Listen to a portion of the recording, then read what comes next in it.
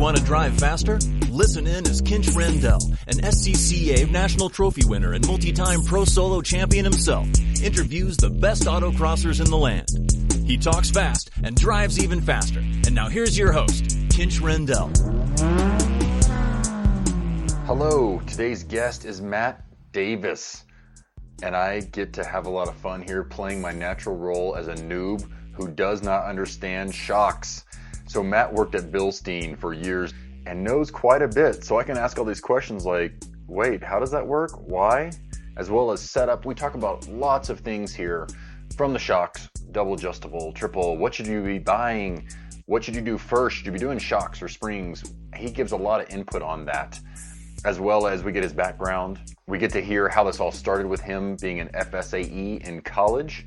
And once again, must note that if you think you want to work in the automotive or racing industry, it sounds like FSAE is the way to stand out. So those of you that asked about shocks, after this, if you have more questions, connect on Facebook with us.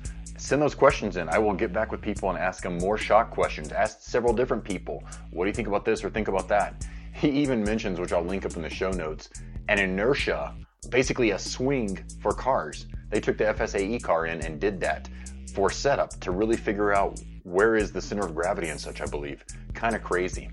I want to take a little time here and go back and let you know that the first 10 people on this podcast, people we interviewed, Brian Peters, number 1 release there, Julian Garfield, number 2, Bob and Patty Tennell were 3, Danny Ko was number 4, Mr. Tire Crazy. I just saw a post on Facebook. He has tires stacked up, brand new ones above his head for tire testing. He's your tire testing man. Leslie Cohen was number 5.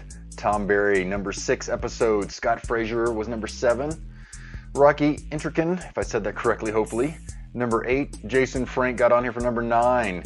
Number 10 episode was actually a put together, which I should do again if you all like that, where I took the first 9 or 10 people and took their autocross thoughts when it comes to slaloms and put those together in one episode. If you'd like that, my thought has been to do that again with other guests, as well as to take, let's say, mental tips for walking the course and make that an episode. So definitely give me some feedback. Talk to me on Facebook. You can also go to the website and contact me there as well. With any of your inputs, any more suggestions, people you'd like to hear on the podcast. Guest number 11, since I see up here, is Ron Williams, another front-wheel drive Civic, yes. Then Scott McHugh, which actually I meant to have him back to get into more of his specific thoughts. So maybe when I'm out in California this next month, I can get together some of these different people. That's another thing. I'm going to be at Fontana for sure, and hopefully even the next Pro Solo out there, I'm going to be in the LA area probably 2 weeks in the month of April. So if you're in California and you want to get a group together, let me know sooner than later, and I'll see if we can put that together. I can bring a recorder, get some more mics, and see if we can make that happen. Thanks for those of you who have taken the time to review the show on iTunes. And thanks again for just liking on Facebook. We're up to like 800 likes on the Facebook page. So thank you all for reaching out, giving suggestions and thoughts, and listening and sharing. Hope you enjoy it. Matt, welcome to the show. Hey, thanks, Kinch. It's good to be here. Thank you for reaching out. You heard where people were asking about shock settings, and sounds like you know a little bit about that. Yeah, I think I know, I'm not going to say I'm the end-all, be-all resource. I'm certainly still learning, but definitely feel like I know a little bit more than some people can potentially help and get some information out there. Yeah, I appreciate it because obviously, especially in a stock, that's how long I've been doing this, street class, that's one of the major things you can do, tied in with the sway bar choice. So everybody's like, oh, what do I do? And I'm not the guy that knows anything. So hopefully I'm going to have a whole bunch of noob questions here. Like, wait, why does that work like that? What would be the difference there? Tell us, where are you sitting right now? Where are you coming to us from? I am in Detroit area currently. And how's the temperature in the house, and why is it how it is? Well, we had 50 to 60 mile an hour winds come through today, and I think over 500 or 600,000 people are currently without power. And I am one of them. Wow. Yeah, so it's about 40 degrees outside, and I think a little over 50 degrees inside the house. It's a little chilly. Keeping it cool. We're hoping the battery hangs out. If not, you said you have another phone. So I appreciate, once again, you making the time. I guess you're not going to be watching TV unless you could stream it to your phone anyway. So once again, I do appreciate you reaching out and spending some time with us here. So let's start with your story. When did you get started? When did you know about autocross?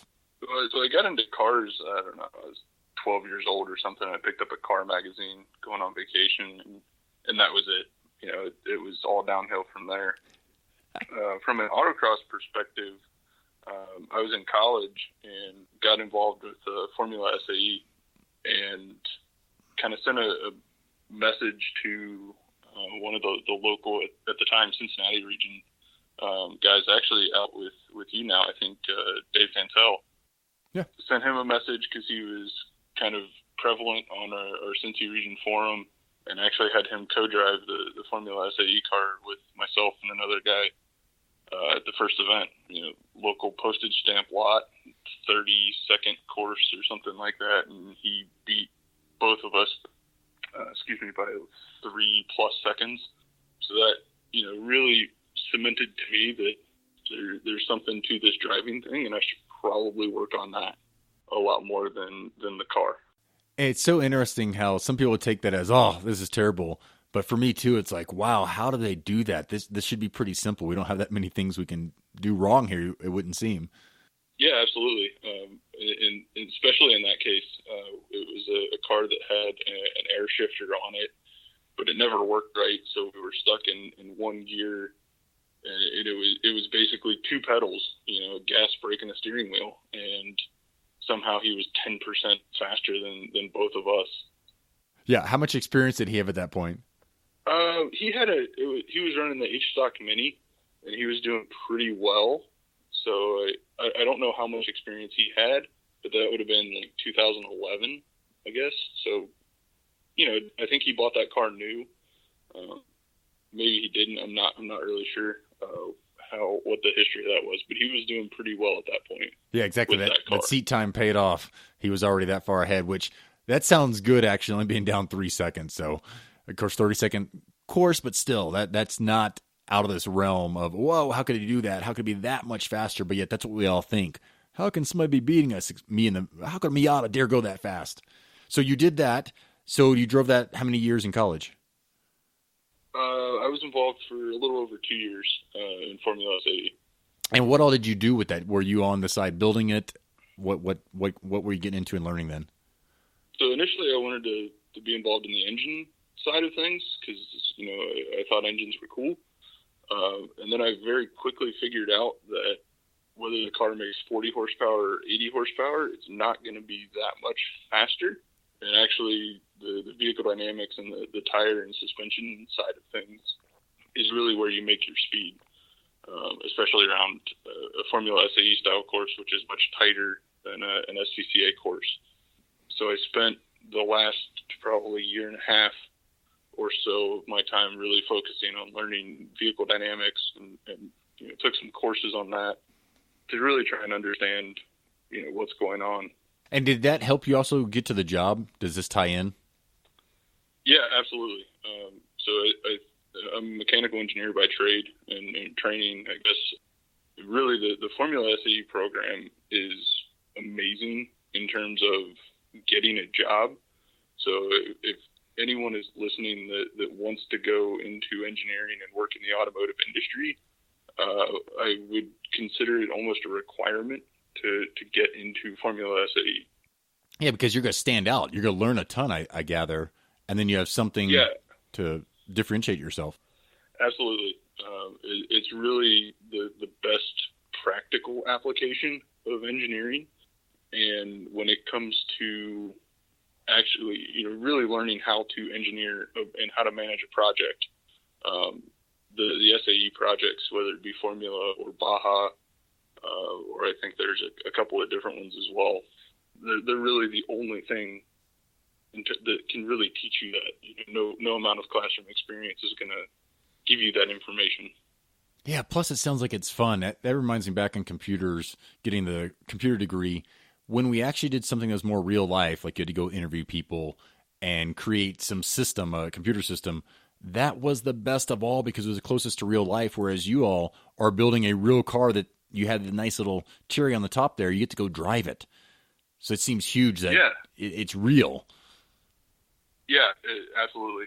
And I think you hinted on something that I keep trying to push with teams now, and it's something that we really focused on, is you need to spend at least as much time driving and developing the car as you do designing and building it.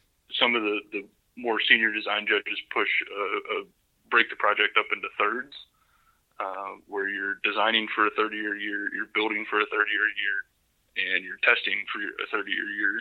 But to me, you really should be doing more testing than anything else. So it actually has two advantages. One, you get your drivers comfortable in the car and your car better set up. But two, like you said, it's the fun part where if you are building nonstop, and I think we were working something like 16, 18 hours a day on the build phase. And I did a lot of the chassis welding. And at one point, every time I closed my eyes, I would see a TIG weld bead kind of going across in front of my vision. That's when you need to leave the shop. But you work really, really hard building this thing for 2 months or whatever, and you're really about ready to kill each other, because generally that happens during the winter, and you've been cooped up in a very small space, and you really it really pushes your friendships and your team to the limit. But then you have the opportunity to go out and just burn up tires and make the car faster. And that is the fun part. So you've put in all this really hard work and you're ready to kill each other. You feel like everything's going wrong. And then you get to go out and do the best part of the competition. And it's actually also the most valuable when you get to competition.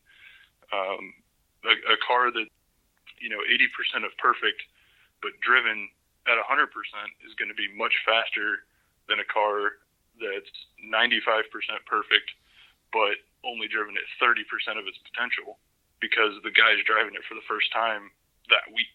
Oh, yeah, and that's just like autocross. Give me a subpar car and give a newbie any car he wants.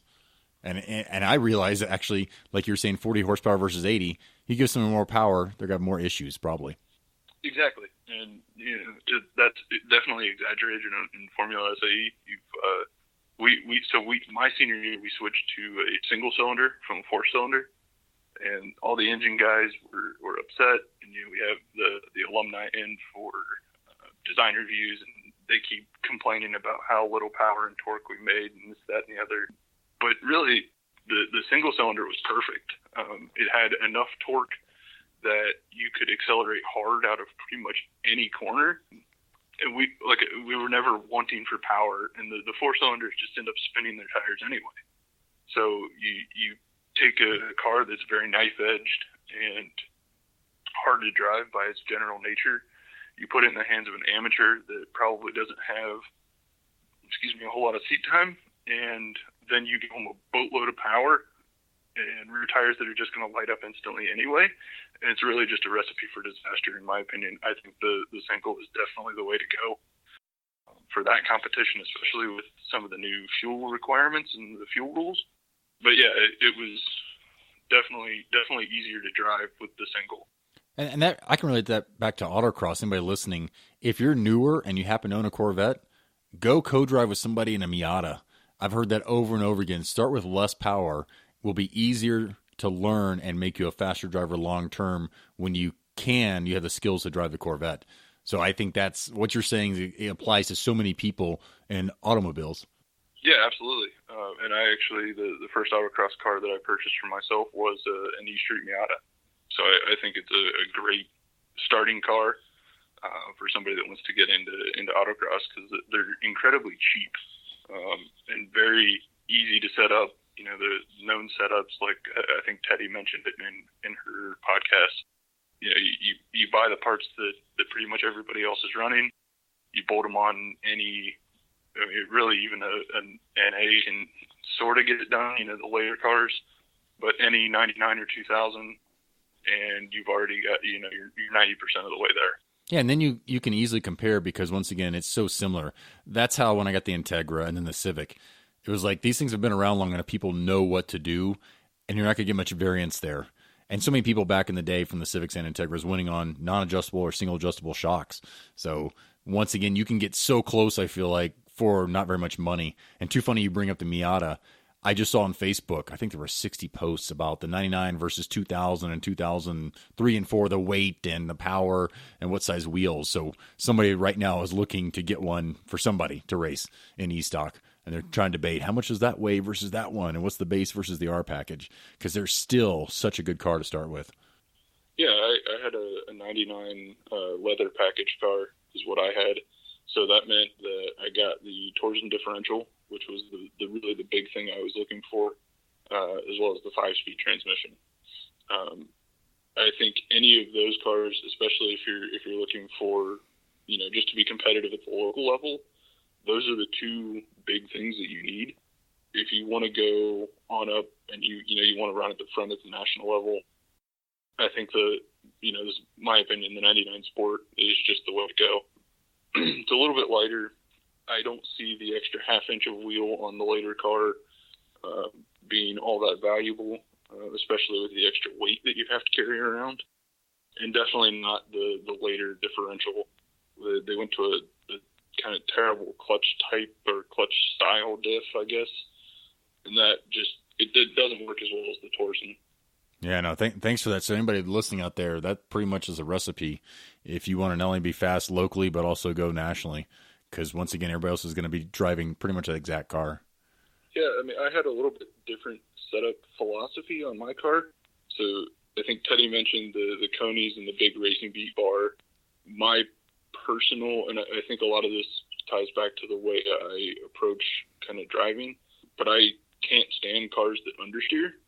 So I got a chance to drive a car with the setup that Teddy mentioned, and I couldn't stand it.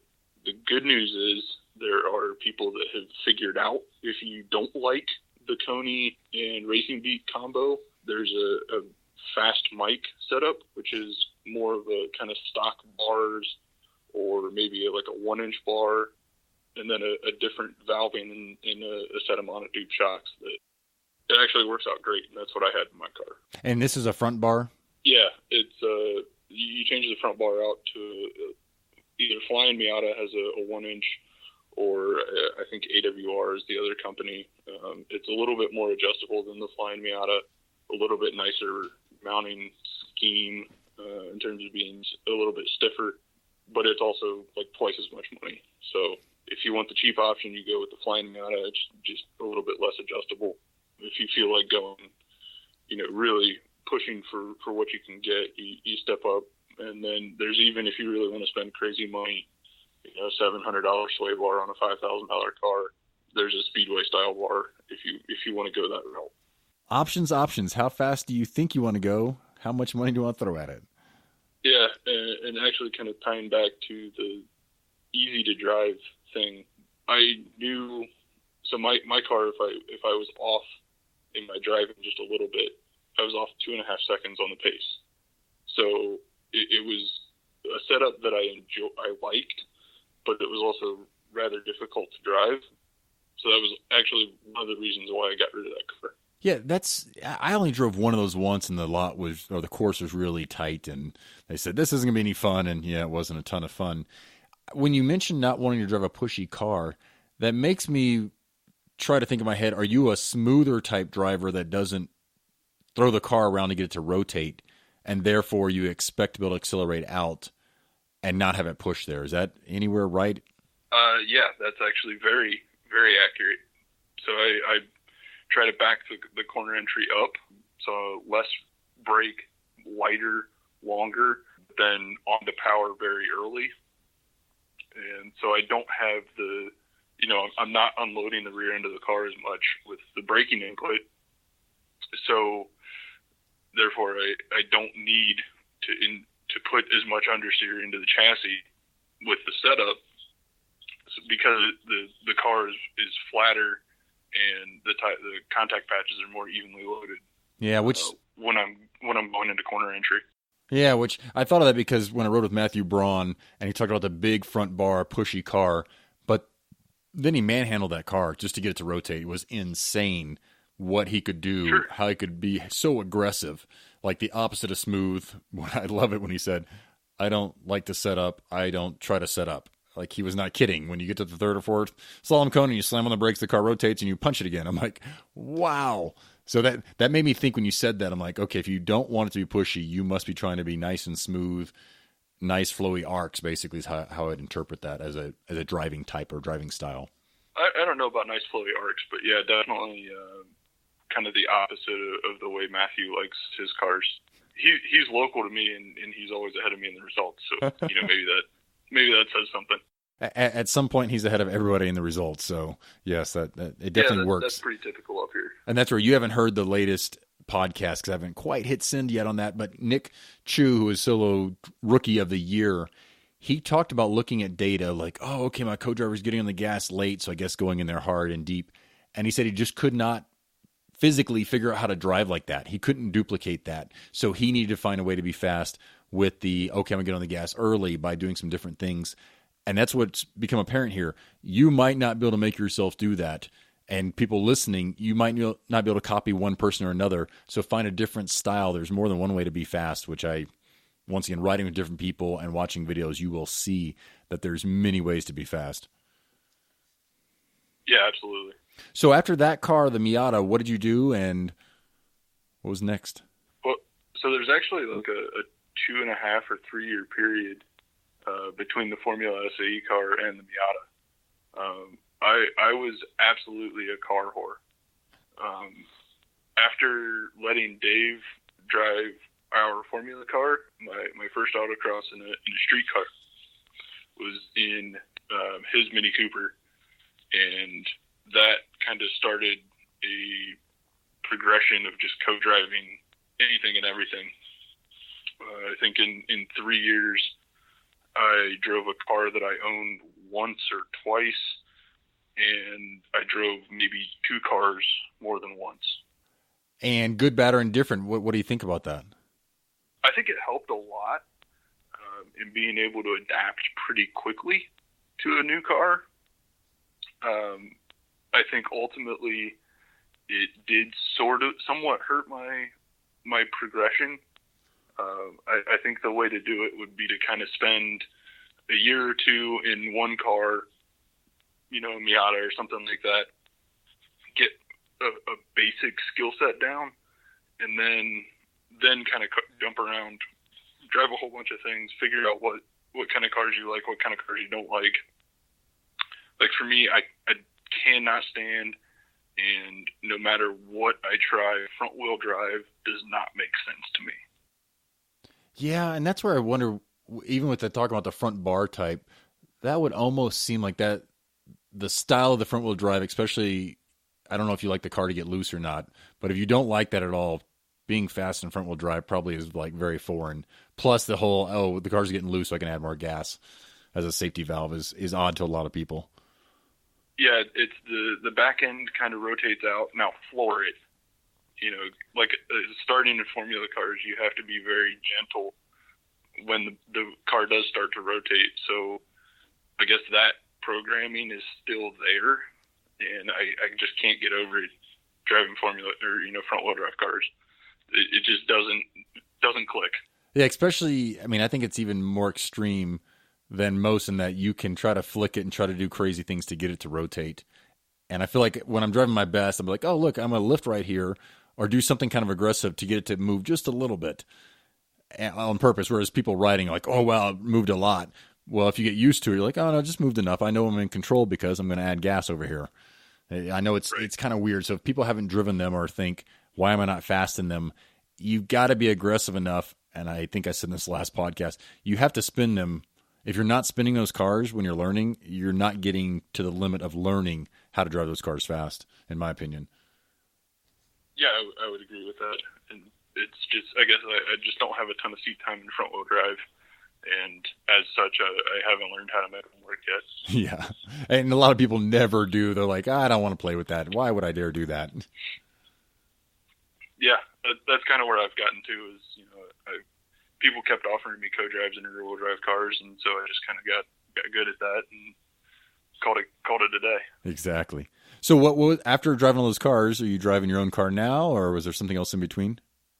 Yeah, so I had the Miata, but I also, I guess, kind of in the same time frame, worked out a deal to run an NC Miata, so the third gen, in STR, and I ran that for about half a year.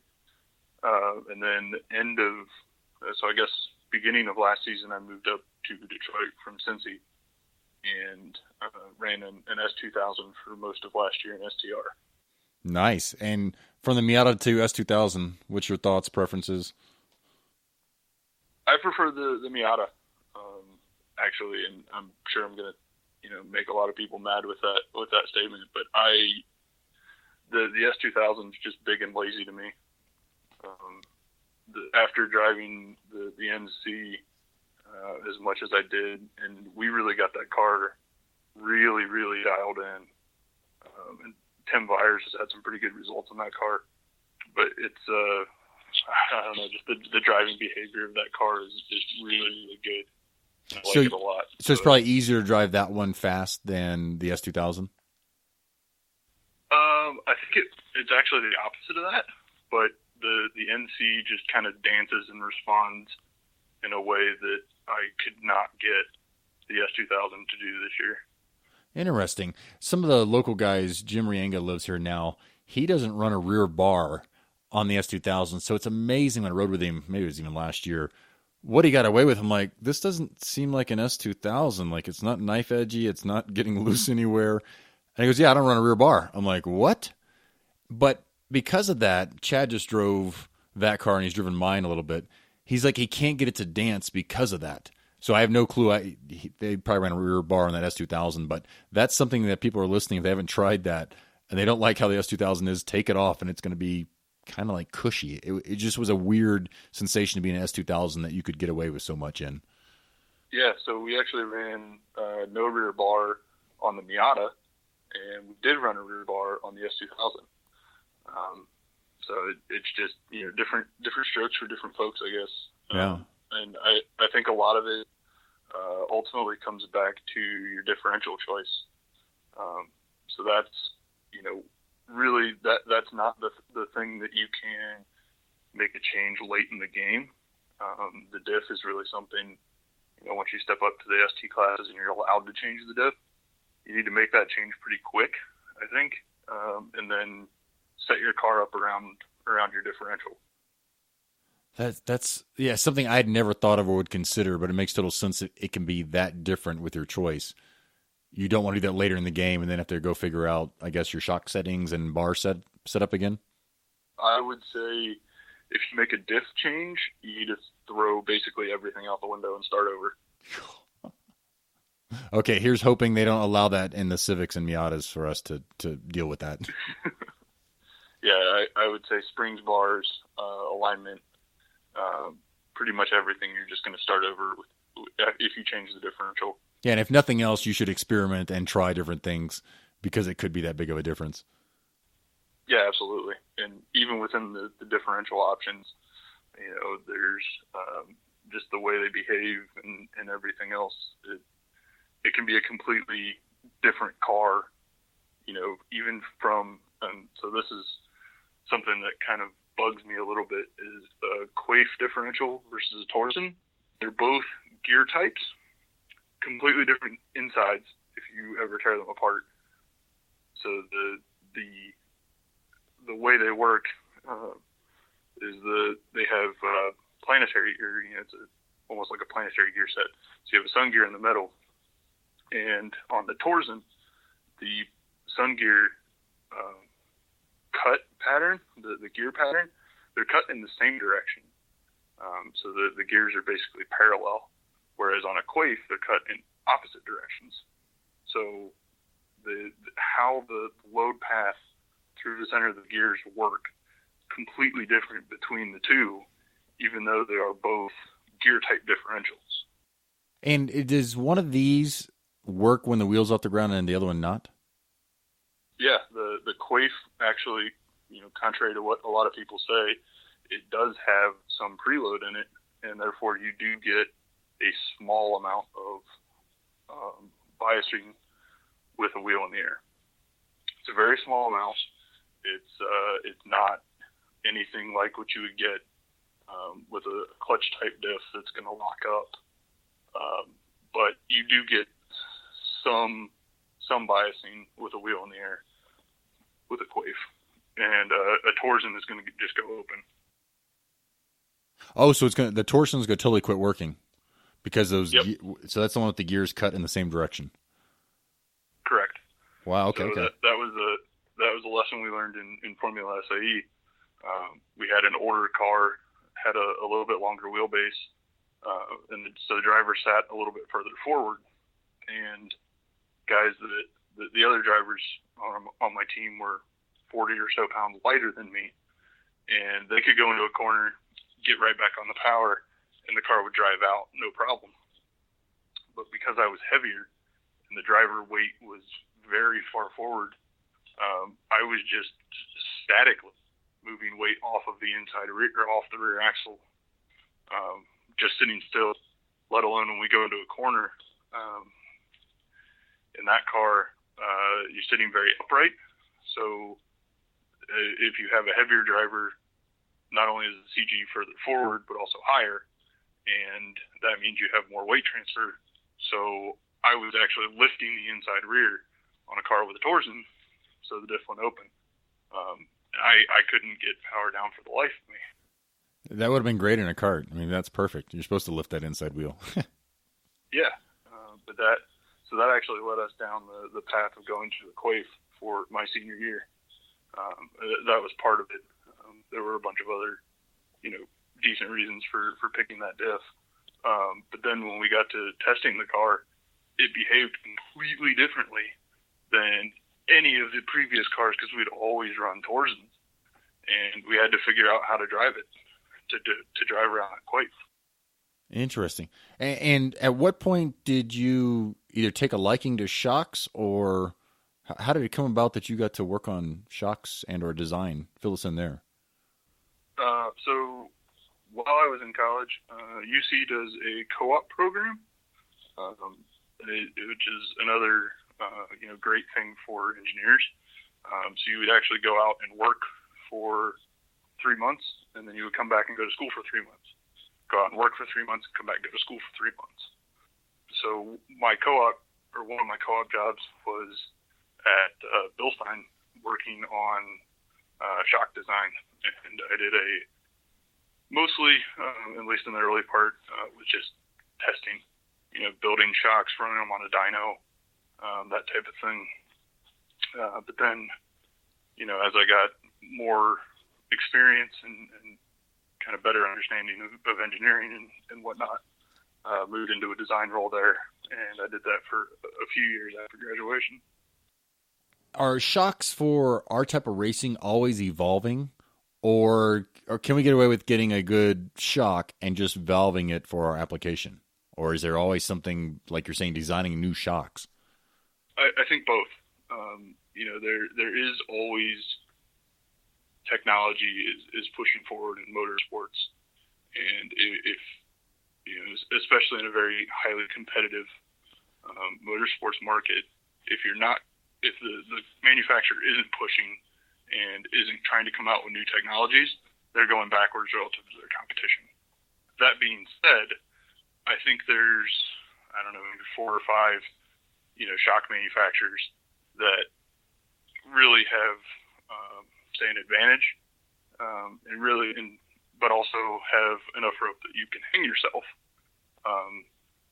Because any of these, any of the user rebuildable shocks are going to have the option to be very good. As far as I'm concerned, it doesn't matter if it's Penske or Bilstein or Öhlins or MCS or Moton or whoever, or Coney, can't leave those guys out of the game. But anything where the end user or a reputable shop can rebuild and build specifically what you're looking for, they can get it done. But the other side of that coin is you can also have someone build a valve stack that is not going to work at all. It may even look good on a dyno, but it just won't work in your car. And in our car, in our application of autocross, like there's some differences there that we should probably either be able to check or talk about or have them be knowledgeable of before we go to just anybody and say, hey, build this for me? Yeah, so there's some kind of shock hardware that, I guess say intrinsic characteristics that I look for when I'm recommending a set of shocks for somebody. So I'll start off with the kind of characteristics I'm looking for, and we'll assume an SLA or short long arm dual wishbone suspension systems. They're not a strut, because things are a little bit different in a strut application. But really, so the big thing that I'm looking for is a monotube shock over a twin tube. I'm looking for a large working piston, but a very small piston rod diameter. So those three kind of features or characteristics of a shock, I think, this is what I've seen. Those seem to offer a very, I guess, favorable package in terms of a starting point. And then after that, it goes into, user adjustment and whatnot. And so I have looked for a two-way setup. Ideally, I want both adjustments to be in the rod rather than in the can or the base valve or something like that. I don't like that for a compression adjuster. There are, we'll say, reasons that manufacturers do it. A lot of it comes down to cost and simplicity. But I don't like it. I think it just generates, I think a lot of them end up just generating a bunch of hysteresis. Okay.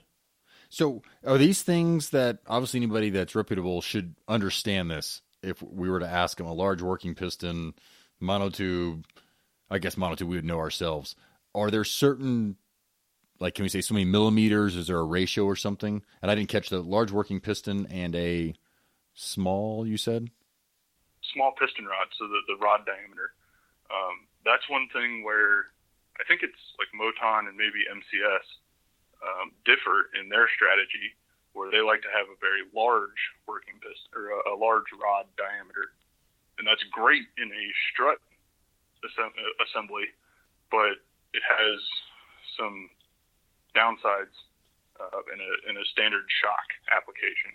So I guess the science or the reason why I want the small rod, basically in a monotube, your effective working area of your piston is the piston area minus the rod area. So if you have a very large rod, you have a much smaller working area for your working piston to be able to actually generate your damping force. There's some jokes in there I could throw, but I can't really do that. But yeah, that actually kind of made sense though, in some scary way in my brain. I'm trying to take notes over here. I'm like, oh, okay. And once again, wishbone type setup, not a strut setup, because you're saying the big piston rod for a strut setup's a better idea than for a double wishbone in your mind. That's right. Actually, the ultimate way to do it is to invert the strut, because then you're using the tube of the shock itself rather as your piston rod to resist your bending moment. And I will try to butcher this. And in some of these, I think what you just said, the piston has something inside of it, or there's something where it's totally opposite of what I was thinking of, just the piston going up and down. There's a piston inside the piston or something. Am I hitting on anything that makes any sense? Yeah, so an inverted strut, you basically take a normal shock, you flip it upside down. So where I don't know exactly how it is on Civics, something that I can relate to what you're used to. But generally speaking, the tube is at the bottom of, that's what attaches to the lower control arm of the wheel side of your assembly, and your rod attaches to the body side. In an inverted strut, you take that assembly and you flip it 180 degrees, and you have a bearing, or a pair of bearings inside of your strut housing that now slide on your tube rather than the rod itself. I need a video, I admit it. Although I think that's what David Whitener did. I forget if he did it front and back. but he inverted at least 2 of those on his car a couple years ago. Yep. Yeah, I've heard David talk about that. And so the strut in general, I don't like struts. They have their place, but I guess I'm kind of a purist, and I want control arms on my cars, and that has kind of carried over in terms of what I've been driving and what I choose to own. But yeah, I think struts have their place. I'm just not a huge fan. Yeah, and so why is it better to invert that? What's once again happening? What do we gain if we flip that? What happens is when you go through a corner, and especially under braking with a strut car, you induce a bending load into the strut itself, and you basically try to. So if you think about it, you effectively are trying to really, for lack of a better term, bend the strut in half. And the reason that you invert the shock portion of the strut is to increase the diameter of the piece that's resisting that bending. So the top part is resisting the bending. It's wherever your bearing area. Okay. So in an inverted strut, you've got maybe a 40 or so millimeter diameter tube that's resisting that bending. Whereas if you're running a normal strut that's not inverted, you may have a 20 millimeter rod that's trying to resist that area. So that's a big load. difference. Does the shock then work better, or what is it just it's stronger so it's not bending or flexing as much and therefore working better? Exactly. Yep. So one of the biggest, and this kind of ties back to why I like a small rod in a shock application, is friction on the seals. So it just kind of intrinsically, if you think about it, a smaller diameter rod is going to have less contact area with your seal. And if you have the same contact pressure between a large seal and a small seal, or a large area and a small area, the smaller area is going to have less drag. So the shock's more effective friction, because of that, with the less friction. Exactly. Is this even more important, not in autocross, but on the road course where the shocks are getting hotter and hotter, I would take it, maybe? I think that has more to do with your choice of shock oil. Oh, okay. Some shock oils are very linear in their behavior across a wide range of temperatures. Others, not so much. So I think that factors in more. It's just letting those seals maybe do their job easier and better by some percentage or something? Yeah. So one of the tests I did when I was working a lot on the dyno was a 14 millimeter rod versus an 18 millimeter. So basically a decent amount of increase in surface area. And then what we would do is we would apply a different amount of side load to the actual seal area itself in the tube. And the 14 millimeter, this is a small rod, would start off at maybe 50 newtons of drag. Then as we would up the side load, so if we go from 0 side load to 50 newton side load, you maybe go from 50 to 65 newtons of seal drag. Go to 100 newtons of side load, you maybe go to 85 newtons of seal drag. And so you get this pretty big jump with the small rod. And really what's happening is that rod is deflecting and causing more seal drag at high side loads. And is it deflecting because the tire is pulling it backwards as it goes over the pavement, or it may not be important. I'm like, how in the heck? What is putting that force on there? Yeah, so it can come from really anything, but in a coilover application, you actually have a line of action that's perpendicular to the coils themselves. So if you think about like the taper of a coil spring, the coils themselves are not parallel, right? Yep. So, and at full extension of the spring is probably going to be the worst case for a linear spring, at least. And as you compress that spring, the force from the spring itself is not straight up and down through the center. it's actually perpendicular to the coil winding. So that's where it's putting some extra pressure on the shock for one part of that. Right. And does it help to have pillow ball mounts or anything at all for this exact application? In the coilover, you want to put like a bearing. Yep. On the spring seat, so that allows the spring to rotate. That helps to eliminate a lot of that side load. I think that's what I'm getting at with the pillow ball mount, which is kind of crazy if I'm connecting the dots correctly there. That it lets that spring rotate freely instead of, I guess, bind is what you're saying. Yep. Yeah. So you want to eliminate that bind as much as you possibly can. Hopefully that's what Jeff Long sold me and I put on my car. I like this. Maybe I might go check. There you go. So then, I guess going back to the rod size comparison, the larger rod will start off with more friction, but as you build side load, it's more resistive, and you don't build as much friction with the side load gain. So there will be a crossover point where the large rod is better at resisting the bending and will have less friction than a small rod. And that's where the big advantage comes in struts. And why is that? Because struts are running more spring in general and or have more side load for one reason or another? They have more side load because the strut is actually taking the loading from what would be the upper control arm. So it's got the extra weight. That's where, hopefully this is pretty simple.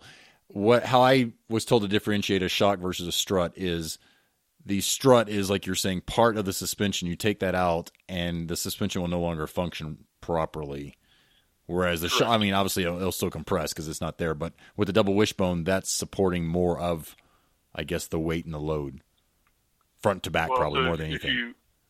If you pull a shock out of a double wishbone setup, the tire path so your camber and your toe angles are still controlled.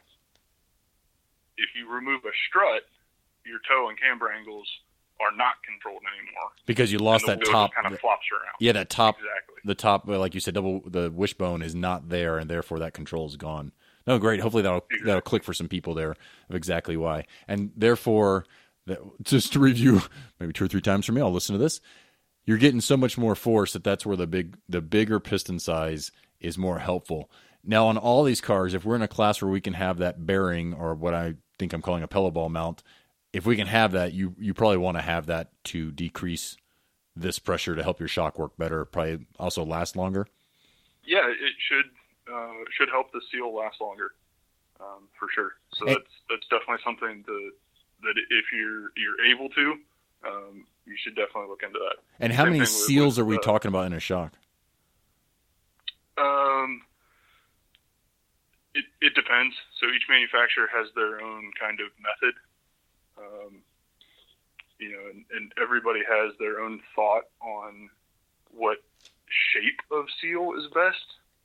So, generally speaking, if a seal is going to have lower friction, the way you get lower friction is by having less surface, really less load on less force between the seal and the rod, and that causes a higher chance of leakage.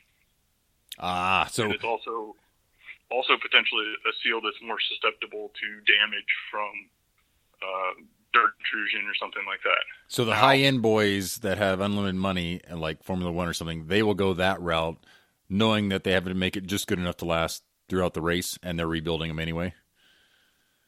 Yeah, there are exceptions to that. So if a shock company has OEM business where they're working with different manufacturers to provide shocks, a lot of the OEMs are pushing for less friction than you would see in a motorsport shock, while still maintaining 100 or so 1,000 mile durability. Oh wow! So yeah, that's it's not an easy thing to do. There's really in the game, there's 2 companies or maybe 3 that make all of the seals for everyone. And if a shock company is smart, they just call up one of those 2 companies and say, this is the space I have, and I need a seal. So sell me what I need. And Ah. a couple weeks later, you get a call back and they tell you it's this many dollars and you have to buy this many thousand per year, and you just say okay and write them a check. So the OEMs want everything. They want their cake, they want their pie, they want it all. Like, make it last a long time and they want this for a better, smoother ride. Yep, that's it. Okay. And the OEMs are also pushing for cost reductions.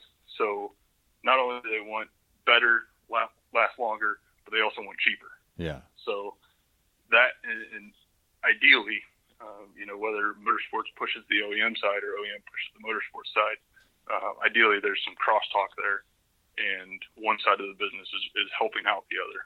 Yeah. Okay, so think about autocross. I had heard we're looking for way more compression than you would usually. Is that something you agree with, not agree with, or can explain why? So it's a balance. And if you think about it, all a shock does is turn relative motion into heat. That's it. At the most basic level, that's all a damper does. And when you are running a ton of spring rate, so if you think about it, you're really trying to balance the upward motion and the downward motion of the wheel so that it follows the ground better, and you help to minimize the loading variation in the tire. So the tires like to be loaded. They have a specific angle that they like to run at, and they like to have a nice consistent load in order to give best grip. So anything, really what you're trying to do with your suspension setup is to minimize the load variation in the tire as you're running over all these different surface profiles and everything else. So if you drive over a bump and the tire wants to deflect upwards, you have your spring force plus your compression damping that's controlling the rate at which that tire moves up. And then when it's coming back down, your spring is extending and pushing down on the tire. So you're not adding spring plus damper force. You only have the damper force trying to control that spring. And that's the rebound. So that's where, exactly. So on a car that has a ton of spring rate, an aero car, a GT3 car, a Formula One car, or something like that, they're going to have to run a lot more rebound to control that very, very stiff spring. Some autocross cars try to do the really stiff spring thing, and so they need less compression, but it's all balance, and every tire is going to be different. Every car is going to be different. Every surface is going to be different. And every driving style mixing into that probably. Exactly. So let me have a really crazy thought here. Why do we need compression if the spring's doing the compression? Why are we adding or helping that? You're trying to, so you don't want the tire to simply move freely. So you want to control freely that at motion. spring rate. We don't want just what the spring can supply us. We want to tweak that a little bit or have the adjustability there. Or could it be that we could have the perfect surface that's always the same and just have spring and no compression? Maybe. I don't think I've ever experienced that type of surface. Yeah, exactly. No, it doesn't exist. I'm trying to figure out why. Right. And when I had the Koni shock and I had to sit on a board on it to compress it, I'm like, oh my goodness, how much compression. And therefore, if you had that much compression, do I need less spring ideally or something? It just blew me away how much pressure it took to keep that shock compressed. Yeah. So that could have also been the gas pressure in the shock. So if the monotube shock, you have to run a decent amount of gas pressure, which tries to extend the shock. And this also kind of goes back to the argument for a small rod. That gas pressure is acting against your rod area. So if you have a smaller rod, you have less impact from that gas force trying to extend the rod. This becomes very important in street class when you can only get so much camber and you can't change your ride height. If you've got, you say you need 150 PSI in your shock to control the compression damping that you want, if you have 150 psi acting on a 1-inch surface or a 2-inch surface, you get a lot more ride.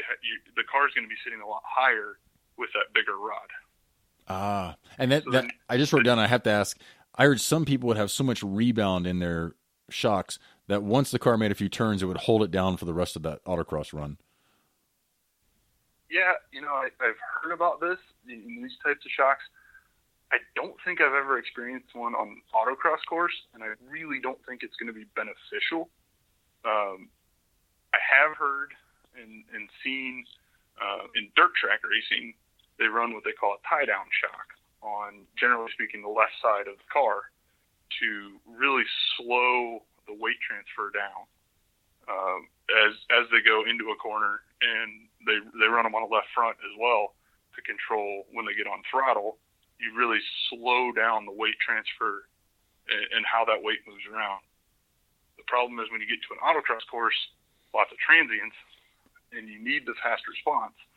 So that the idea of basically a tie-down shock on all four corners just doesn't make any sense to me. Yeah, I think their point was if you have a double wishbone and you're gaining negative camber as it stays down, that was the trade-off that I guess they were going for. Yeah, I can see where someone might think that's a good idea, but I just don't see it working, at least not very well. Because you're probably then making the shock not perform like it's supposed to perform at that point, probably, since it's overpowering the springs. Yeah, so your suspension system is not working as a system anymore. You've got one component that's really overpowering everything else, and depending on what tire you're on, it may or may not be able to deal with that. Yeah, because once again, you're coming back to the point of, I'm going to review some of this, is we're turning this motion into heat to slow down. In my mind, we're slowing down the reaction to keep the tire on the ground the most. Exactly. And that's where we're fine-tuning on our shocks to get to that point for the whichever surface we're on at the time. Yeah, but there is a thing is too much damping. And I actually talked to Neil Tosin about this at Nationals last year, watching his car and another CSP car. You could see them when they go through the slalom. And if you watch Billy Davis's car, I think is kind of the best example of this. That car, as soon as they turn the steering wheel, you can see the inside front of the chassis. If you watch the fender line, you can watch it raise up a little bit. And with Neil's car, it didn't move. So the inside front stayed locked down. And I tried to tell him, take front rebound out of the car, because I was hearing that the car wasn't responding as quickly with the setup that they had in it. So there is a thing is too much rebound for sure. So if you look at a spring mass damper system, anybody that's gone through the engineering school, mechanical engineering knows exactly what I'm talking about. But as you add damping to the system, you reduce the overshoot, but you also increase the settling time for your system. So reducing the overshoot is good, so that would translate to more controlled body motion in our autocross cars, like when we're going through a slalom. But as you continue to add damping, you're also slowing down that weight transfer and making the car feel more lazy. Now, a couple things. When you say add dampening, is that rebound or an only rebound, or can it be either one of the compression or rebound? Both. It's both. Okay, so you're just adding either one too much of it. Correct. So you're having the shock absorb more energy and turning more of that energy into heat. Okay, and I want to see if I'm understanding this. With Neil's car, he had so much rebound in there that the tire was not able to go back down and stay on the ground. The inside front tire was still lifted up, is what you're maybe saying, or was the overall body wasn't rolling? So I think the big thing that I was seeing was they were complaining that the front end wasn't responding. So again, when you go back to the spring mass damper kind of chart, as you add damping, you slow down the response time of the system. So what you need to do there is take out damping to allow the system to speed up again. Yeah, because it's keeping the weight transfer from moving when you have lots of dampening. If you take that out, in my mind, the car starts to roll more, so you're getting more weight transfer. You're not changing the amount of weight transfer. You're changing the rate of weight transfer. How quickly it will transition. Correct. So if it's slow enough, though, you're not going to get probably as much through a slalom. Is that maybe what you were seeing with this car? Maybe. It's hard to say whether or not that would actually happen. You do slow down the roll rate a substantial amount, so you could impact the roll angle, which is going to impact potentially your amount of weight transfer. But I think the bigger loss is just going to it's going to be much harder to drive. Maybe it can still be as fast, but it's so knife edgy, or you have to be so much more precise that it may not be everybody's cup of tea. Well, you're just going to have to lead the car much more. So you're going to have to make your steering inputs that much quicker or earlier in the progression of the slalom, because the car is not going to respond to your steering input as quickly. Yeah. So is that basically getting more? It almost sounds like more and more like a stock class car or a street car versus some ST car. I feel the same thing when I go back to more stockish. You have to make those inputs. Maybe it's for a totally different reason of, the body's going to roll and finally set, and I have more grip there. So I feel like you really have to lead in those cars as well, maybe for a totally different reason. Yeah. So when you break down a car, you have 4 different modes of suspension motion, with roll being kind of the one that we tend to focus on in autocross. And the roll, so you have, again, spring mass damper system. The mass of the vehicle is effective. It's the mass moment of inertia about the roll axis. So it's roll inertia. And it's basically a wider car or a car that has more weight further away from its center of gravity has a higher roll inertia, and therefore needs more spring to keep the same roll rate. So, a Miata, very narrow car, relatively low inertia compared to a Corvette, say. So on a Miata, you don't need as much spring in the roll mode to keep a very high roll rate to get the car to settle quickly and to transition quickly. Whereas in a Corvette, the car naturally wants to respond much slower. So you have to change your springing setup and your damping setup in order to get in that roll mode to get the same roll rate out of the vehicle, which is, I think, a lot of what people are feeling in terms of how quickly a car is transitioning. And this brings me to, can we look at functions and the motion ratios and somewhat figure this out and then experiment? How much of this can be, I can just get out this and do this calculation and know exactly what to do? There is a way to figure it out.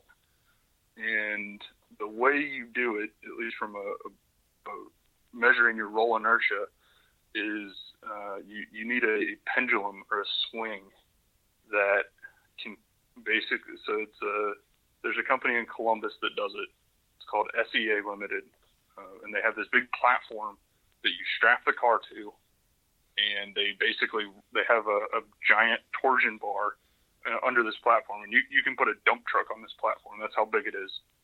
And you basically just kind of rock the vehicle back and forth, and you get the rate at which so their system has enough. They've run it. It has a certain spring rate and a certain amount of damping in it, and therefore they measure the mass.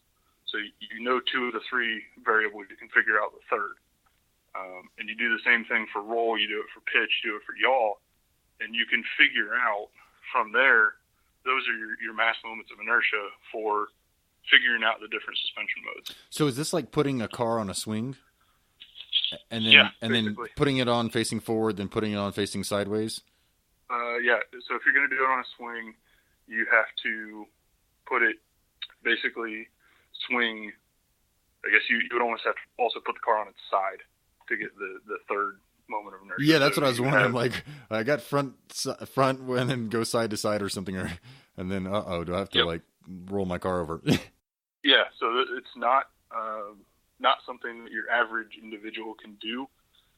There are ways to theoretically calculate it if you have a good enough like CAD model, but that's not going to exist outside of your OEMs. So wow! So that would get us in some ideal range. Not an easy quantity to come by. Yeah. So how much would they charge? I show up there in like a $4,000 or $5,000 Civic and say, I'd like you to swing this. I think they said they charge $1,000 and that's the educational discount. So that's it if they can write that cost off. I need to sign up for school. Who's got a school? For 3 swings, yeah. Again, I'm not sure. You know, we actually had a bit of a connection. They were a sponsor of ours, so we got it for free, which was awesome. But I'm not sure what they charge. You know, somebody not affiliated with a school. Oh, I got to know if anybody out there did this or know an autocrosser that did this for their autocross car outside of FSAE. I guess let me know. Now I want to go see videos of this. I actually have a video of a Formula SAE car on the swing that I could probably send you. Oh, nice. Okay, we should link that up because I'm like, oh my, they're swinging a car for some reason that's beyond my understanding, which is fine.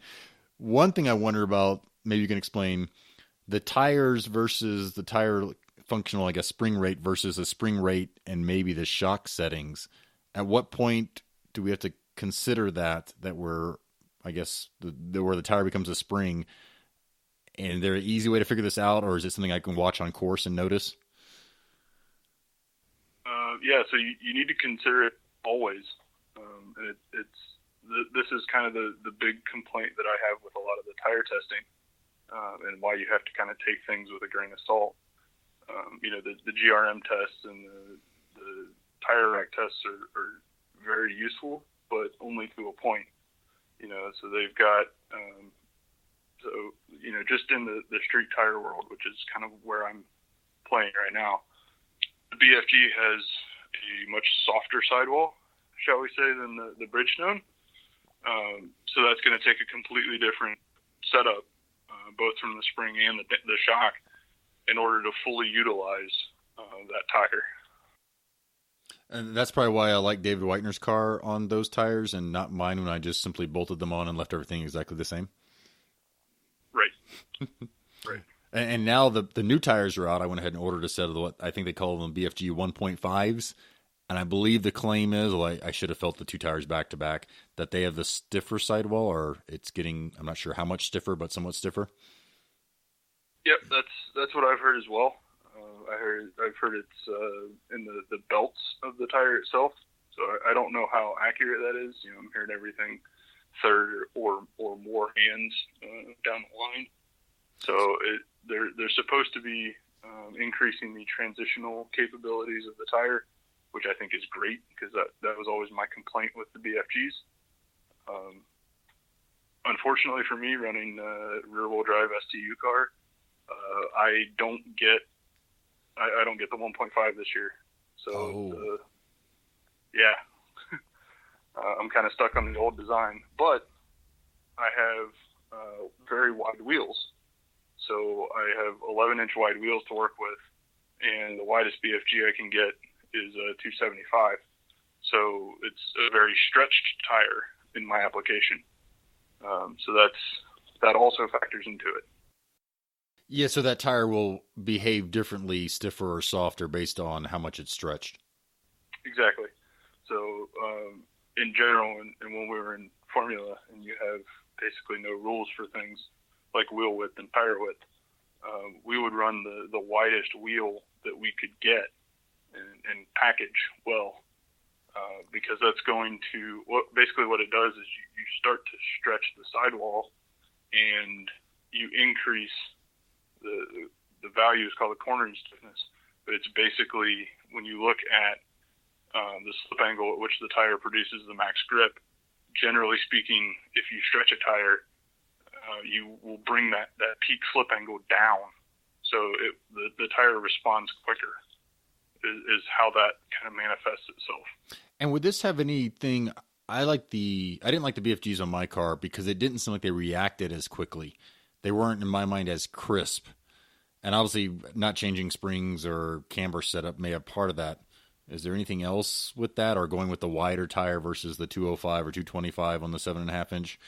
It sounds like from what you're saying, I was playing with some of those by making one of those stiffer versus the other, maybe. Yeah, absolutely. So from a lateral grip standpoint and really a transitional grip standpoint, the cornering stiffness is the slope of that curve in the linear range. So when you're running a tire at relatively low slip angles, not sub limit basically, they should be very linear, and you can measure the slope of that curve, and that gives you your cornering stiffness value.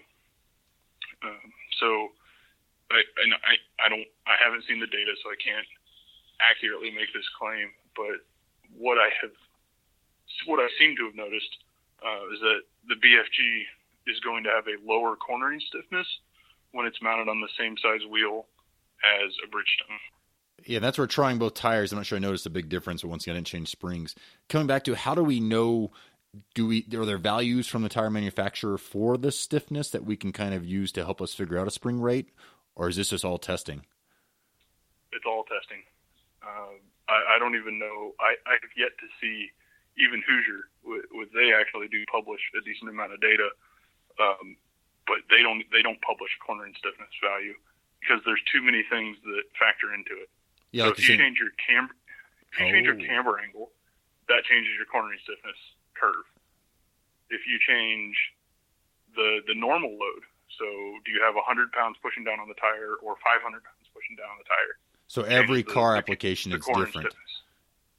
Every application, basically every variable you can think of changes the cornering stiffness and therefore the response of the tire. And that's even putting a different weight driver in the car is going to change. Yep. Obviously, how much weight's on each tire at some percentage. Right. So that, and it may be a very small percentage. That only a very small handful of drivers can take advantage of that delta, but it is there. Crazy. Yeah, all these things that, once again, just comes back to testing, which comes back to seat time, and then being willing to say, hey, I'm out here to test these different things. How about even probably air pressure? Does that probably affect some kind of stiffness? Absolutely. Which is what we're really doing. That's what we're adjusting me back in stock class, is really by lowering or raising the pressure, I'm affecting the stiffness of to create the slip angle or get rid of it. Exactly. And you're changing the way the tire behaves based on the different air pressures. And what do you like to do? Add air or take out air if you want to affect, let's say, the rear of a car or the front, I guess? So generally, I like to run low pressures and then make up for if I do lose any transitional capability. Either I'll make up for it in the setup or I'll drive around it. So I've always been, for some reason, very good at driving transitional elements.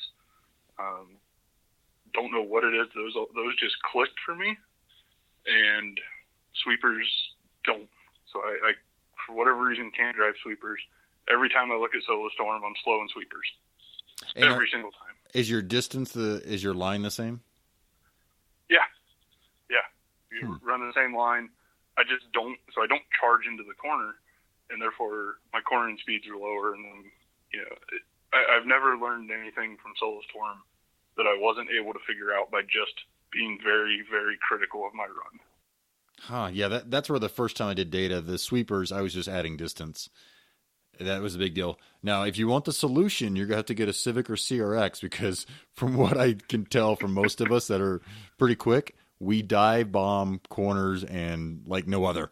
Like, there's none of this break early, Brian Peters, go back and listen to the first episode. It's, no, I'm going to charge in there, hopefully survive. Yeah, the back end kicks out a little bit, great. That helped us rotate. Floor it. So you would have to figure that out, at least in my mind, to be quick in one of these cars. You have to be on the knife's edge. Yeah. I might lose it right here, but I'm going to dive in and brake as late as possible, trail brake as much as possible. Sure. So that's kind of funny that you're like, I don't like to do that. Because that being able to see that data, and you said you don't like the push. Something tells me that you're going to have to start making yourself push on entry to be faster. Just because you're giving up enough there that you're not fast, that you have to go. Yeah. You'll be faster even if you go a little bit past it and do push a little bit, probably. Yes, something I've been working on, and that's kind of on the list of things for this year. Yeah, and I love what Ross focus on getting that corner entry, a little bit better. Yeah, and that's where Teddy and Ross Bentley are like, you have to go out there and focus and be working on something, and that's pretty easy. Just to, of course, for me, I'd have to write it down, probably have an alarm go off. Hey, this is what you're focused on today for all these runs. Yep, for me, it's and I guess the thing that kind of works best for me, and this is where Sam talks about engineer brain. And it kind of ties back into what John Vittenboss said with the mental programming. I run a full face helmet with a dark shield on it.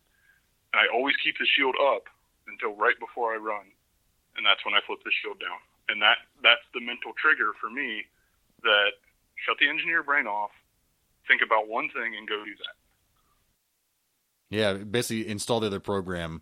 They would say, okay, look ahead, okay, charge hard. Maybe you go out there and charge hard into all sweepers or something. Yep, that's it. And for, like with the Miata, it was more throttle. Exactly. Just get back on power as soon as humanly possible, even if it means corner exit's going to be a little sketchy with, the car kind of moving around a little bit. But just get back into the power. Let that little squirrel go. We gotta get him going Exactly. early. Exactly. Yeah, that's where I have to admit to people, I probably said it before, after getting beat by Frank and Wong and a couple of those guys, I finally on the exit said, you just have to keep your foot in it. You're going to go wider than you want to go, but you have to go. As in, one thing maybe I was getting throttled and lifting back out and getting back in. It was like, no, you're going to commit to this and you're going to stick with it if the course allows it, just to keep going, because it was amazing how they seemed to just eat me up. I was like, okay, this tight and tidy always. I'm gonna cheat a little bit here and just make sure I keep my foot in that throttle. Yeah. So actually, there is a really interesting data analysis with Michael Schumacher's data, and he was significantly faster on corner exit and therefore all the way down really long straightaways, because when he started back to the power, he just kept with it. And so if you look at his steering traces, they're all over the place, and they're really choppy. They look like almost like it's a seismograph in the middle of an earthquake, because they're just all over the place. But if you look at the throttle trace, it's very, very smooth, and he's always adding power on corner exit. And basically catching the car with really quick hands. Exactly. You compare that to his teammate, and the throttle trace of his teammate looks like the seismograph, and the steering trace is very smooth. But then when you compare it at the end of their speeds at the end of the straightaway, Schumacher was 10 miles an hour faster. So he was when he committed to that throttle, he went with it and catch everything with the steering input. Yeah, Ross Bentley, it hit me so hard when he said, some people will go in and they will overbrake, and then they'll add some gas, and then they'll have to lift again. And he said the weight transfer going back and forth in there makes the car seem like it has less grip, because you have lots of grip, no grip, lots of grip. And that's what it sounds like was happening even in Formula One. He's in and out, so he's actually moving that weight transfer around. And his point was, especially rear-wheel drive, the more it's equally spread out and constant, the more grip you have. And I would think the more confidence you're going to have and feel you're going to have that, hey, this is working and sticking. Yeah, absolutely. Absolutely. So you mentioned wanting double adjustable shocks. One thing with Bilstein was it's not, I guess from what I understand, it's not cheap or super easy to have a double adjustable shock with those. But obviously I think Andy Hollis had a couple sets of those that were, I think they had remote reservoir maybe for double adjustability or some other reason. Yeah, so the newest kind of state-of-the-art parts from them, it's the MDS, I think they call it the modular damping system line. But it's basically the same hardware that they run in the GT3 cars at the Nürburgring. So very expensive, but also very high end. And that you can get into more of that. I'm just wondering price range for us autocrossers, especially beginners. I don't think need to get crazy here at all. But what? No, I agree with you. For you, telling me, okay, I'm a newer, but I want to be competitive. Should I be spending $1,000 a corner, $500 a corner? Should I start with some single adjustables, maybe even, and then work up to these other shocks? Or is it kind of like the LSD, the limited slip, where I'm going to have to really change everything based on the shocks? No, I think shocks should be the last thing that you touch in terms of setting up your car. So you want to get the differential is the first thing. So pick that and make a decision and go with it. Then you're going to work on your springs, and your roll stiffness is really going to determine a lot of your alignment. And then your shocks are really the last kind of tuning tool that you have to really get your fine tuning, and you can add in ride height in there as a really fine tuning tool, depending on your platform and your car. Some cars are more ride height sensitive than others are. So I would say if you're new starting off, and if you're in a common chassis, find somebody that knows what they're doing and just start with their setup. You may find it's not what you like I did with the Miata. It may not be something that you necessarily agree with. But if you're new, start with a proven setup. If you end up like me and you kind of have a knack for feeling what the car is doing, then start playing with stuff. And I think the Whiteners said this best, where they make big changes. So start with the big changes. Once you can feel big changes every single time you make them, then start reducing the size of your change. Start making smaller and smaller changes. And when you can feel one click or half a turn in your shocks, that's when you can start adding complexity and adding cost to your hardware. Oh, that I love that. That's great. It sounds like great advice. I got to come back to you. You said your spring setup determines or controls your alignment. Can you explain that? Did stiffer springs equal more camber, less camber, static camber, or something? Well, it's going to depend on the car. So, in general, there's a quantity called your roll gradient, which is a degrees per G, so of body roll. And basically, that's determined by your roll stiffness.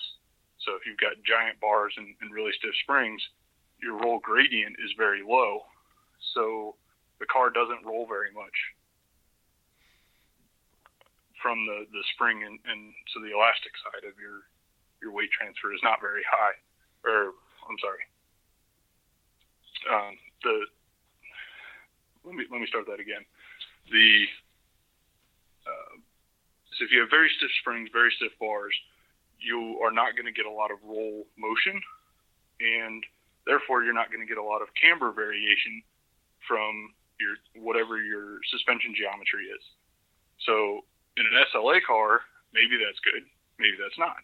If you have a car that has very strange bumps to your characteristics, and you're going to get a bunch of toe out in the rear end, for example, in some cars maybe you want that, but in other cars maybe you don't, and you need to control that. So you want to stiffen the car up and keep your alignment kind of where you think it should be. Predictable, basically, is what I'm thinking. Keep it predictable where you know what it's going to be consistently, probably throughout most of the course. Exactly. So I think it was the S2000, the AP1 S2000s that had some really strange rear toe characteristics, and and I guess even the Civics and the RSX, you basically want to lock up that rear suspension so that it doesn't do anything that you don't want it to do. Yeah, true. Some people don't like to toe out at all because that's when it can really start moving for you. Yeah. In some cars, maybe that's what you want. If your car has a lot of understeering built into it, maybe you want it toe out in the rear. Maybe your front wheel drive stuff. Maybe that's what you want. Yeah, exactly. I mean, I've always towed out my cars hoping they would move some more. But if all of a sudden you're not so stiff and you get lots more toe out, you may be getting into something more than I wanted. Why is the car darting out that direction? Exactly. So then this is where it goes back to testing your setup and making the rear end stiffer, which general theory would say that would move the setup towards an oversteer bias.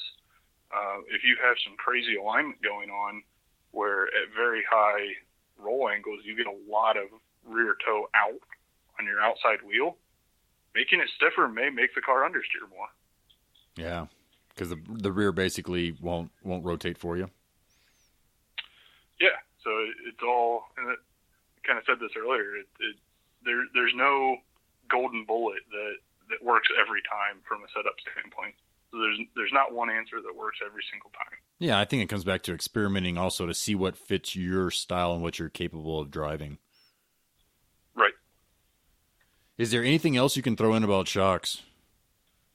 Oh, let's see. I'm sure I can think of something, but well, yeah. If we cover the basics, right one thing I keep telling the audience is if you guys have questions, I'd like to circle back. Maybe it'll be a really short podcast, 15, 20 minutes of answering something.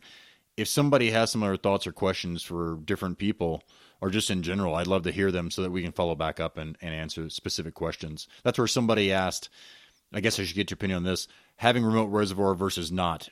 Is there a plus to that or a minus to that in our case? So the reason that you add a remote reservoir is if you can't package the amount of travel that you want in a single tube.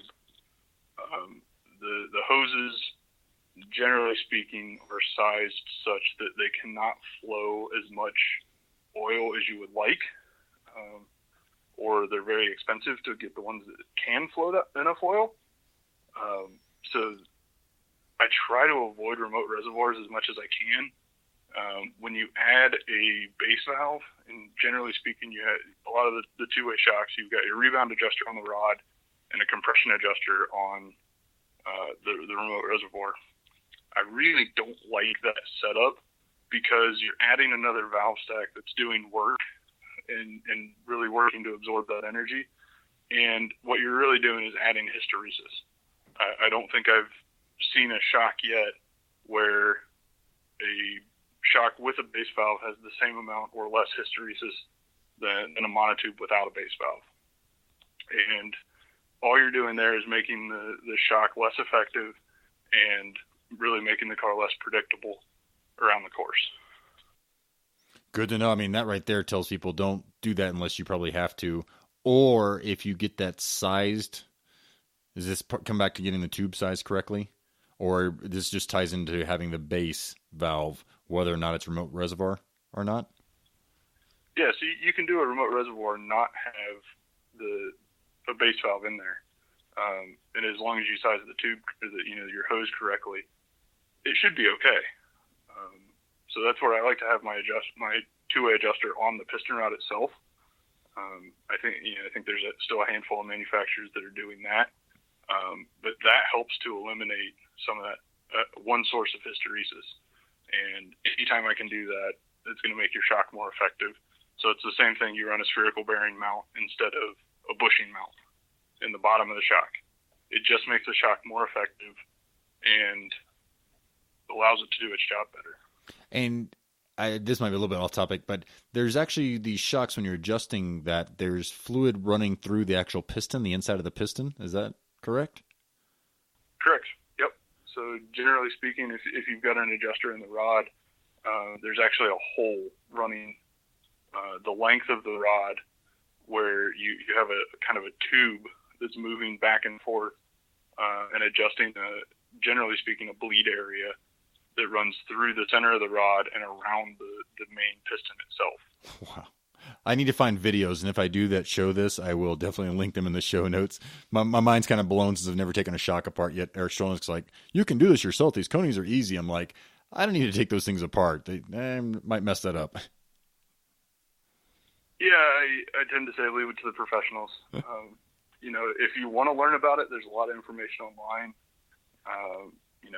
If somebody runs into me in an event, I'll be more than happy to explain something to them, or if you want to go watch cars and try and figure out, see if we see anything that the car is doing strange, I'm absolutely open to that. And heck, I tuned a whole Formula SAE car like that, just watching it.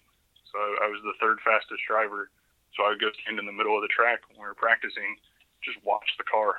And you learn quite a bit about setup by watching, turning a knob, have the driver go do the same thing, and just watch what difference it made in the vehicle.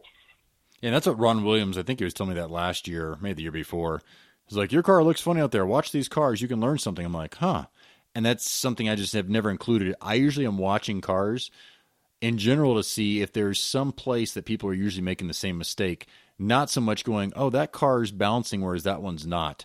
That's what I believe you're saying, is that by watching these cars, you can see how much they're bouncing or rolling compared to other cars in their class, or other cars that are identical to them probably in their class. Yeah, so David Widener came up to Wilmington a couple years ago, and this was in the Civic, in the STF Civic, and I was watching his car on course, and it was under damped at very high speed over some of the bumps. You know, I sent him a message, and of course, being David, he went and rented high-speed video equipment, and proved it out that way. But he ultimately found it in testing, and I could see it just watching. So, would you notice that it was under damped, so it was being more like a stock car with less spring and shocks, or what did you see? What told you that car was under damped? It was basically what was happening was the car was bouncing on the tire, and the tire was moving in an uncontrolled manner relative to the ground. Yeah, so just not, in my mind, I'm thinking not enough rebound and compression to hold that spring rate. So he had either too much spring for that current setup. He could have lowered the spring or in this case turned up more rebound and or compression. I don't know. I don't want to speak for him because I'm not sure exactly what he changed, but it was definitely a high-speed damping issue. So the tire was moving in a way that basically it was like a high-speed, like a high-frequency chatter. Bouncing back and forth, moving up and down really quickly instead of being controlled. Yep. Right. And can most of us notice something like that? Do we have to train ourselves to really be looking for something specific? I don't think I'm special in any way that I see these things. I think it's just I've looked for them. I think the human brain is a very powerful thing if you know what you want to see or what what types of motions you're looking for, or, in the case of general autocrossing, where the heck you're supposed to go in a sea of orange cones. Yeah. And in this case, you're watching the tire relative to the body probably compared to other cars. No, that was just his car in particular. I think I was working the challenge. Oh, because you happened to notice it about his car. It was different than most of the other cars. Well, it is in general. With the way he had those cars set up, they were very, very stiff. So it became very obvious what was happening. A less obvious example, and something I wasn't able to pick out specifically what needed to happen. Dave Montgomery's 914.6 a few years ago. Watching it, the front end of the car looked great. It went wherever he was pointing it. The rear end was just kind of all over the place. And shock changes weren't reacting in a way that I expected them to react when I was helping him and kind of giving him some input and stuff. So what ended up happening was the rear end of the car was kind of was on a different page than the front end. And just by watching the car, I could see something was up with the rear end of the car, and that it was too soft in roll. And so my thought was, put stiffer springs on it. So he tried that, and it didn't really work. And ultimately, I think what he did was add a rear sway bar. So he stiffened the car in roll, but without the compromise of the stiffer springs. And suddenly the car looks like it's one car instead of two separate halves kind of working against each other.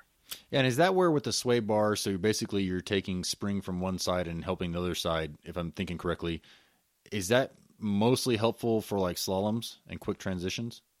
All right, well, I guess even in big sweepers, it's increasing that rate on the outside tire from the inside spring? Is that? So they're basically all you're doing is changing your roll stiffness distribution front to rear. You're not. A lot of people want to say, a sway bar connects the two ends of the two sides of the car, and therefore it has to pick up the inside rear in order to move that weight or whatever. I'm not sure I subscribe to that theory. I'm not really drinking that Kool-Aid. But really what you're doing is increasing the roll stiffness on that axle. So naturally what happens then is you transfer more weight on that axle. The more weight, more of your percentage is transferred across that axle. Because it's linking those two springs basically together? No, it's just because it's stiffer. So you could do the same thing with spring change. The problem is, this goes back to the 4 different modes of suspension movement. Coil springs, the individual corner springs, affect all 4 modes. And those 4 modes are roll, pitch, heave, and twist. So roll being obviously the lateral motion, pitch being fore aft. So the front axle moves up, the rear axle moves down. Heave being all 4 wheels moving in the same direction. And twist is basically front axle rolls one direction, rear axle rolls the opposite direction. So from a purely theoretical standpoint, it really, this kind of goes back to the tire theory of constant loading, or as constant as you can. If you have a very soft car and twist, then if you hit a bump, say with the left front, that delta in load is not necessarily transferred to the other 3 tires. So they keep a very constant load, and therefore they keep a lot of grip.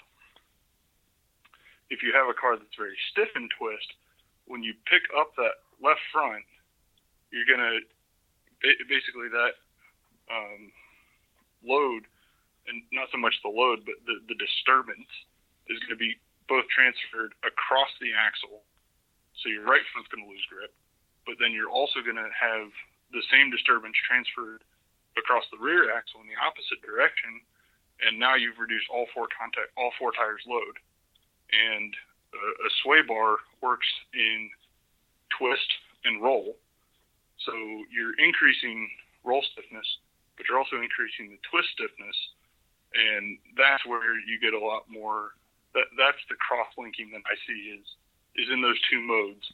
I think it's more the twist stiffness impact that a lot of people are seeing with a stiffer roll bar, and kind of the cross-linking and issues that people complain about with really stiff bars. Yeah, and at least there's only so many things we can try in a sway bar. In that case, hey, tried springs. Okay, put the sway bar on there and see if it feels much better. And I guess even that probably responded to time on the clock as well with the car working together. Did he notice that right off the bat or no? Yeah, there's a reason that I think that there's still a rear bar on that car.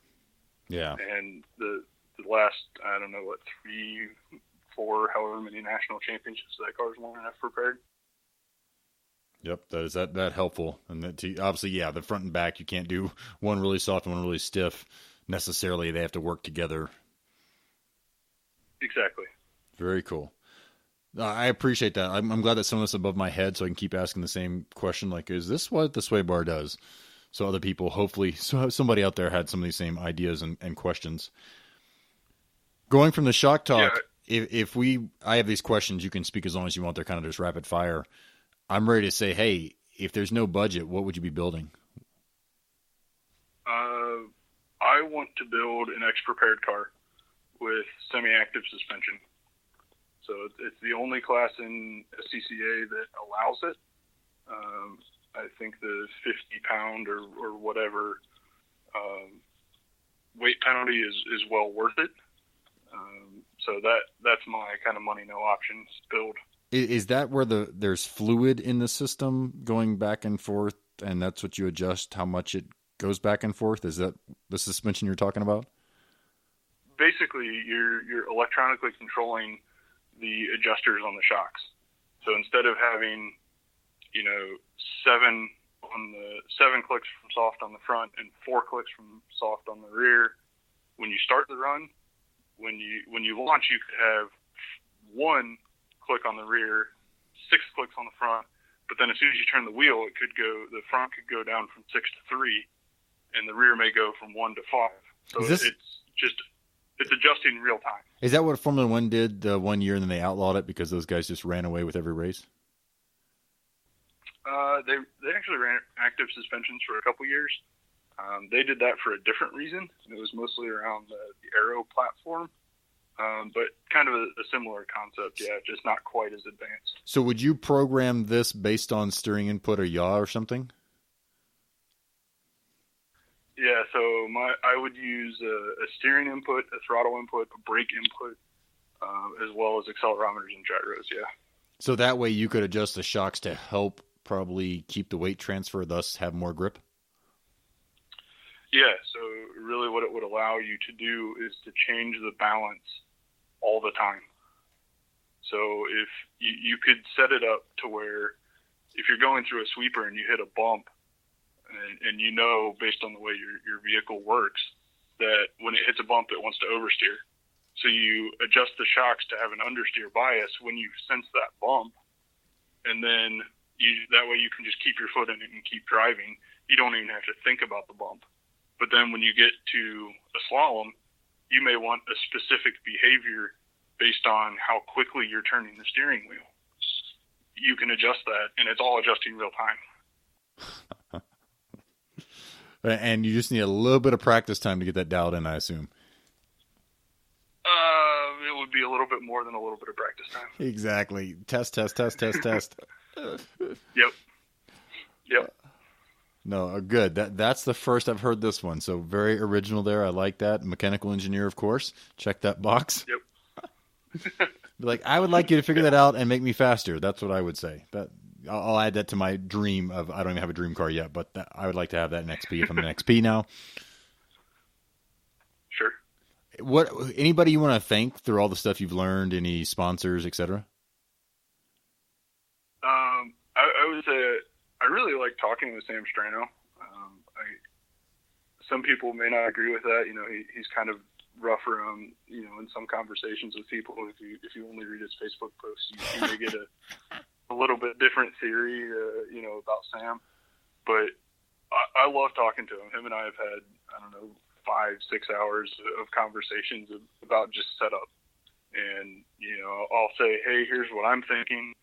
And we kind of come at things from a little bit different angles.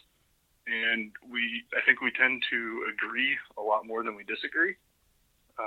You know, he's a soft spring, big bar kind of guy, where I tend to like stiffer springs and smaller bars. But I think we always kind of end on some kind of an agreement. He always makes me think about stuff. So I really like talking to Sam. I can't say enough about the Formula SAE programs. I think they're awesome, and everybody should get involved. I would say even to the point where if you've got a local program, invite them out to autocross. They can make some money basically buying work assignments.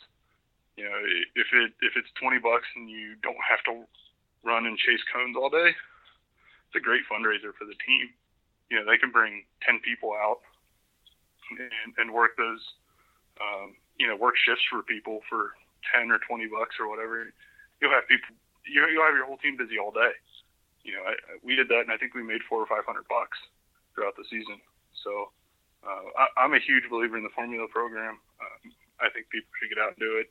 I hope the teams keep coming out to nationals. I think they're really cool cars, especially with the kind of the rule set. I don't know. I've got a lot of people to thank, from the people that I just can't even remember, how many there are, but just everyone that's kind of helped me along the way, giving me co-drives and whatnot. I'm very appreciative of all of that. Yeah, that's what's so great about the community. And then with the FSAE in California, they do exactly that. They were there I guess I was there for the practice day. And if you need to play and adjust your car and change out springs, hey, you can pay them. They'll go work your work assignment. So that was genius. Yeah. I'm like, I really like that idea. And for some people, that would make it possible for them to do more testing, or actually to maybe participate and drive better because they're not standing there for an hour and a half in the sun. Yeah, and it may even be a matter of, somebody has half a day where they can come out and get involved in autocross, but they can't give up that full day. You know, they've got kids or family obligations or whatever.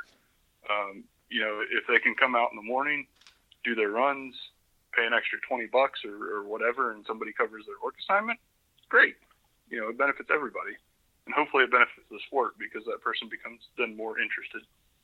Yeah, exactly. And it's helping them build their car as well. So that's great. I'm glad you brought that up because I've experienced that and yet never thought to ever mention it. So yeah, we did it. Like I said, I think we made $400 or $500 for the team, which is awesome when, you know, you have to scrape money together to drive a giant truck and trailer to Michigan. And, you know, all of a sudden your fuel's covered. Oh, yeah. Oh, I didn't ask you, what's your favorite car so far? My favorite street tire car was definitely the STR NC. Just the way that car behaved was absolutely out of this world. It was awesome. There's a guy in Cincy that has he runs it in X Prepared. It's not built for X Prepared by any stretch of the imagination. I've driven it. It's a 2005 Mustang GT.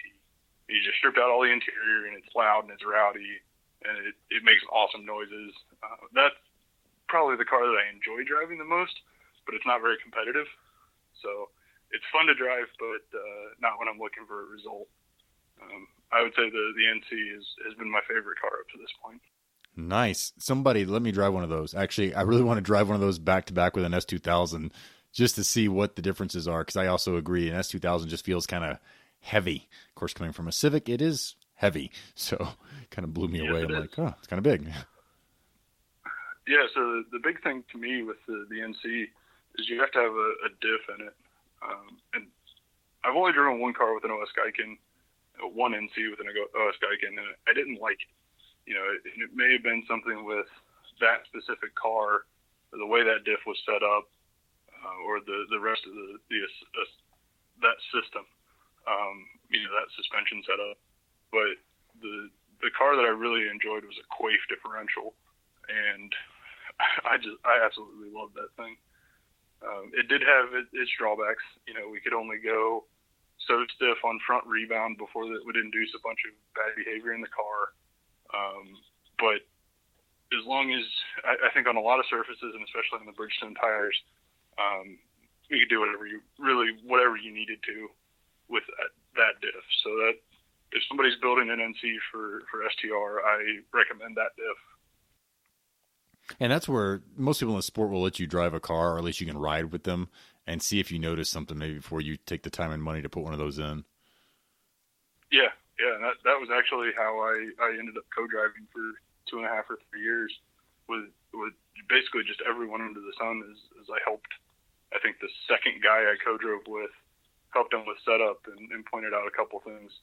And then he said something to somebody else, and it steamrolled from there. And I had, you know, people lining up that would basically just toss me their keys and say, hey, you know, actually the guy with the NC,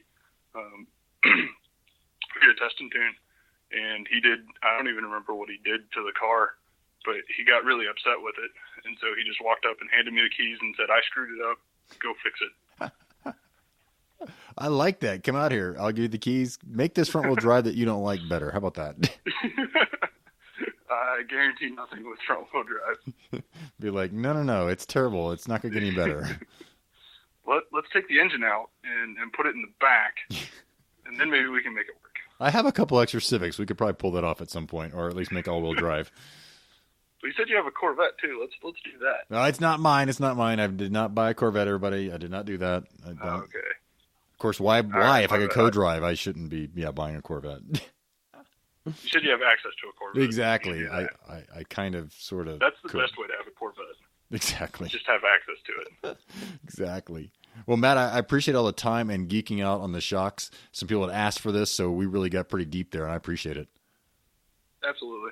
And yeah, if people have comments or questions or whatever, you know, feel free to give me a call. If anybody sees me at an event, Peter, STU, Corvette, old man tan, just like every other C5. So that'll be me. You know, I'm more than happy to talk to people at events or whatever. Yeah, very cool. Oh, and I forgot to say, sounds like Sam Strano should have a 1-900 number because he talks to everybody. Like, I think he can make more money somehow by getting people to pitch in for what he's done than his selling parts, honestly. If he could somehow figure out how to do that, people would probably gladly. There's a guy in the Miata world that charges people for time, basically, that he spends on the phone with you. And I think people that are in the Miata world know who I'm talking about when I say it. But I think that rubs a lot of people the wrong way. So as long as Sam's happy doing things the way he's doing it, then great, and keep doing it, man. Exactly, yeah. Keep giving to us. Thank you. You've obviously, and that's where I like it. People are definitely can have strong opinions when they do really well at what they're giving opinions on. And the things they don't do, one of the guys I follow, Gary Vaynerchuk, he says, I seem like I know everything, but I don't. I don't talk about the things I don't know. So that's something I've always taken to heart. Be like, hey, talk about what you know, and if you don't know about it, don't talk as much. So, but thanks again. That was great with all the information there. Yeah, absolutely. I think that this podcast has been an exact example of that. I'm not a very good driver. We didn't talk much about driving. Well, the big thing is, what do people, once again, you're at least looking at SoloStorm, which helps with when you have co-drivers, to even know what somebody's good or bad at. That's one thing I hope everybody realizes. You're not going to improve if you don't know where you're struggling, and if you're never getting to the limits. The biggest thing I've kind of determined, I think, or if you're always going over the limit, you have to kind of figure these couple things out to get decently competitive for sure. Yeah, absolutely. And I think you can get most of the way by just, like you said, you have to get to the limit a couple times, know what that feels like, and then really be self-reflective and really very critical of your own runs. And you can figure out, I think, a lot of what you'll see in SoloStorm. I don't think you'll find the last tenth or so being very critical. Maybe you will, maybe you won't. I don't know. I guess it depends on each person. But I think in the early part, as someone's kind of getting into autocross, get a fast co-driver, get them in your car, free co-drives, whatever, buy them lunch, dinner, whatever it takes, ride with them, see what they're doing, and you can make huge leaps and bounds. Exactly. Yeah, hopefully you can do what they do. Otherwise, find somebody else that's also fast and maybe has a slightly different style, because you may mesh with one and not the other. Exactly. Well, I hope you stay warm, above freezing. Hopefully it's not getting any colder there. And the power hopefully will come back on and the wind will stop. Yeah, we'll see. We'll figure it out. It's, just walked out and checked the thermometer. It's right about 50, so it's kind of leveled off for now. All right. Stay warm, my friend. Yep. Matt, thanks again for the time. Yeah, no problem. Thanks, Kinch. Thanks for listening. For the show notes and contact information, please visit autocrosstalk.com. There you can also subscribe so that we can keep you up to date on new shows as they come out. Also, please leave us a review on iTunes and subscribe on iTunes for the upcoming shows. You can connect to our Facebook page at facebook.com/autocrosstalk. You can share your thoughts, your insights, your questions, your suggestions there. Also share with your friends. Hopefully you found it entertaining and motivating, and hopefully other people will as well. It's been fun, and I hope you enjoyed it. Thanks for listening, and check back next week for the next show.